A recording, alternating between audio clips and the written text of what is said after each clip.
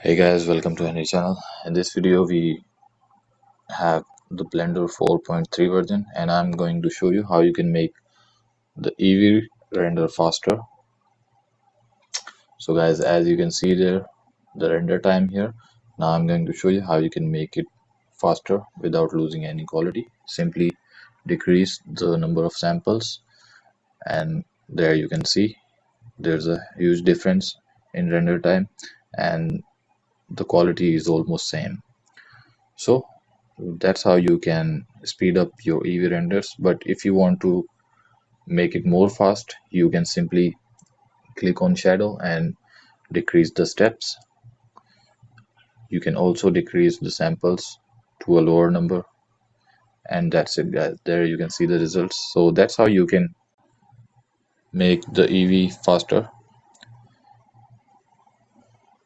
So guys, there you can see the time. So that's all in this video. Make sure to sub the channel and leave a thumbs up. Bye for now.